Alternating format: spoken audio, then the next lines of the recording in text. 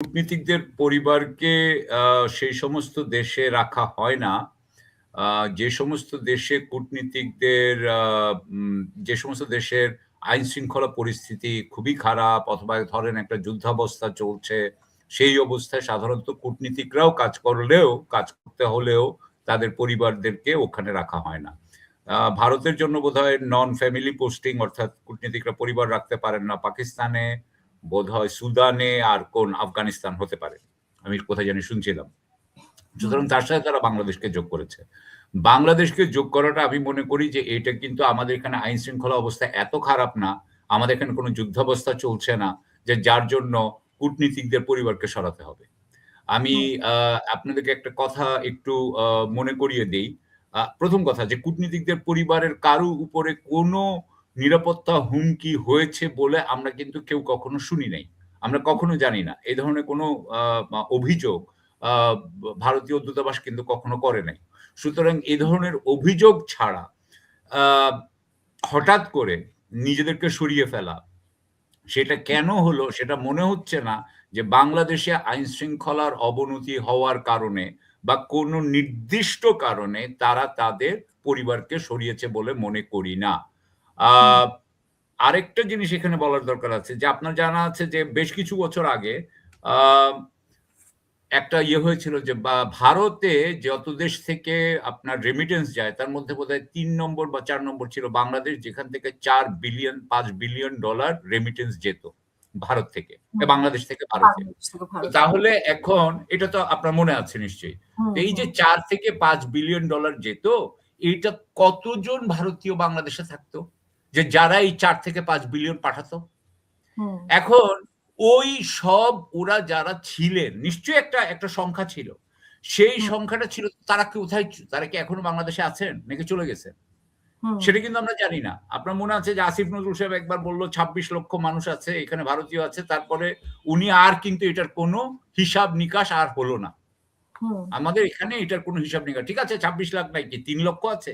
৩ লক্ষ নাই কি ১ লক্ষ আছে? নাকি ৫০,০০০ আছে? কতজন আছে যারা $৪ বিলিয়ন আপনার ভারতে টাকা পাঠাচ্ছে? এটা আমাদের জানা কিন্তু এখনো হলো না। ফলে আমি যেটা বলতে চাচ্ছি যে বাংলাদেশে অনেক ভারতীয় হয়তোবা আছে।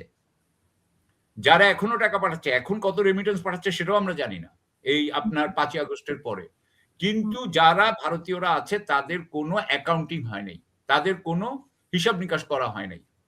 আমি যেটা বলতে চাচ্ছি যে হিসাব নিকাশ ছাড়াই বলছি যে যদি এখানে ভারতীয়রা থাকে তাহলে ভারতীয়রা থাকতে পারছে, তাহলে ভারতীয় কূটনীতিকদের পরিবারের কি সমস্যা হচ্ছে?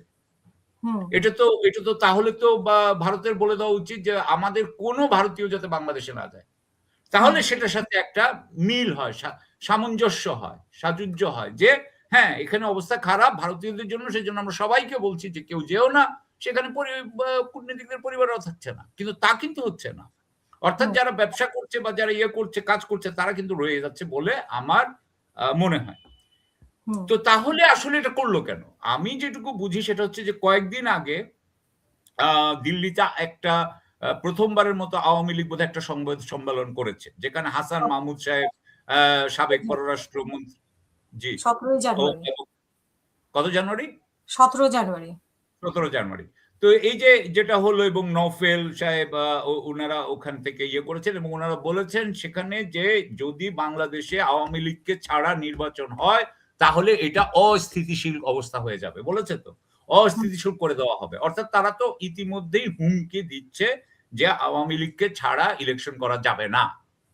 সুতরাং আমার মনে হয় যে তাহলে এই যে আওয়ামী লীগ যে হুমকিটা দিচ্ছে এটা ভারতের ডিপ স্টেটের সাথে আপনার সমন্বয় না করে এটা দেয় নাই।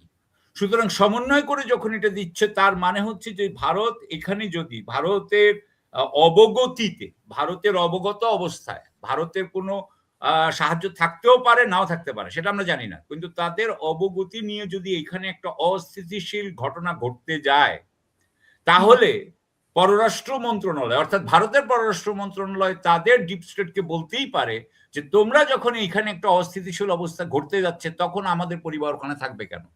তখন হয়তো তারা বলছে যে ঠিক আছে তোমার পরিবারকেও আপাতত নিয়ে আসো। অর্থাৎ সাময়িকভাবে পরিবারকে নিয়ে আসা হচ্ছে বা কিছু একটা সাময়িকভাবে বা যেভাবেই হোক। কারণ স্থায়ীভাবে নেওয়া হচ্ছে এটা বলা হয় নাই।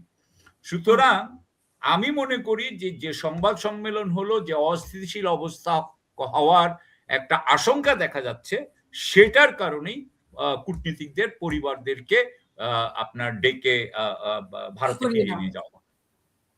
সরিয়ে নেওয়া হচ্ছে। তো জি। সেখানে তাহলে এটার সাথে এটা সম্পর্কিত যে কোনো কিছু হতে পারে বা ঘটাতে পারে। ভারত কি কোনো কিছু এটা ঘটাতে পারে? এটা একদম ক্লিয়ার, এটা একদম পরিষ্কার যে এটা হবেই। আমি তো বলবো যে ওইটা এটা আওয়ামী লীগের হবেই। সাথে ভারত কি এটার সাথে সংশ্লিষ্ট থাকবে কিনা? মানে আওয়ামী লীগের সাথে তো অবশ্যই ভারতের একটা সম্পর্ক। খুবই আমি বলবো যে তাদের সম্পর্ক অত্যন্ত অত্যন্ত নিবিড়। It is like they are joint at the hip. এটা সিয়ামিজ টুইনের মতো, তাদেরকে কোনো মতেই আলাদা করা যাবে না। সুতরাং তারা সবসময় একসাথে থাকবে, এবং আমি সেই হিসেবে মনে করি যে আম, ভারতের আপনার ডিরেকশন ছাড়া, ভারতের ডিপ স্টেটের ডিরেকশন ছাড়া, ভারতের ডিপ স্টেটের সাহায্য ছাড়া আওয়ামী লীগ এখনো কিছু করতে পারতো না। আওয়ামী লীগ বাংলাদেশের বাইরে থেকে কি করবে বাংলাদেশে? সেটা তো কিছু করতে পারবে বলে মনে হয় না। সুতরাং তারা যেটাই করবে তার মধ্যে আমি মনে করি ভারতীয় গোয়েন্দা সংস্থার বিরাট আপনার সাহায্য বা সহযোগিতা থাকতে হবে, না হলে এটা করা সম্ভব বলে আমি মনে করি না। হুম। তো আমরা জানি যে আগামীকালকেও শেখ হাসিনার একটা সংবাদ সম্মেলনে শেখ হাসিনা বক্তব্য রাখবেন। যদিও ভিডিও বার্তা, এখন শুনতেছি ভিডিও বার্তা না, ভিডিও বার্তা দেওয়ার কথা ছিল কিন্তু অডিও বার্তা উনি দিবেন।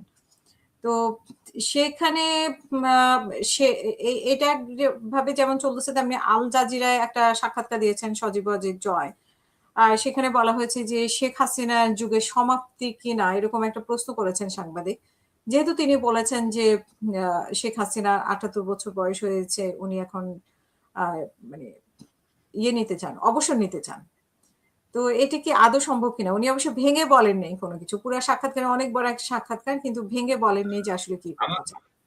আমি মনে করি যে শেখ মুজিবুর রহমান সাহেব যখন আওয়ামী লীগের দায়িত্ব নিয়ে নেন ৬০-এর দশকের প্রথম দিকে, ৬৩-৬৪ দিকে আতাউর রহমান খান সাহেবকে সরিয়ে দিয়ে, তারপর থেকে শেখ মুজিবুর রহমান সাহেবের যে পূর্ণ কর্তৃত্ব আওয়ামী লীগের উপরে প্রতিষ্ঠিত হয়েছিল, এবং তারপরে উনার কিন্তু ডেজিগনেটেড সাকসেসর, উত্তরাধিকারী ছিলেন অন্য তাজউদ্দিন ছিলেন না, সৈয়দ নজরুল ইসলাম ছিলেন না, ছিলেন কিন্তু উনার ভাগ্নে ফজলুল হক মনি। হুম, তারপরে ৭৫-এ উনাদের মৃত্যুর পরে শেষমেশ আবার এসলেন শেখ হাসিনা, এবং শেখ হাসিনা এখন পর্যন্ত উনাদের প্রেসিডেন্ট। এই ব্যাপারে কোনো ধরনের আপনার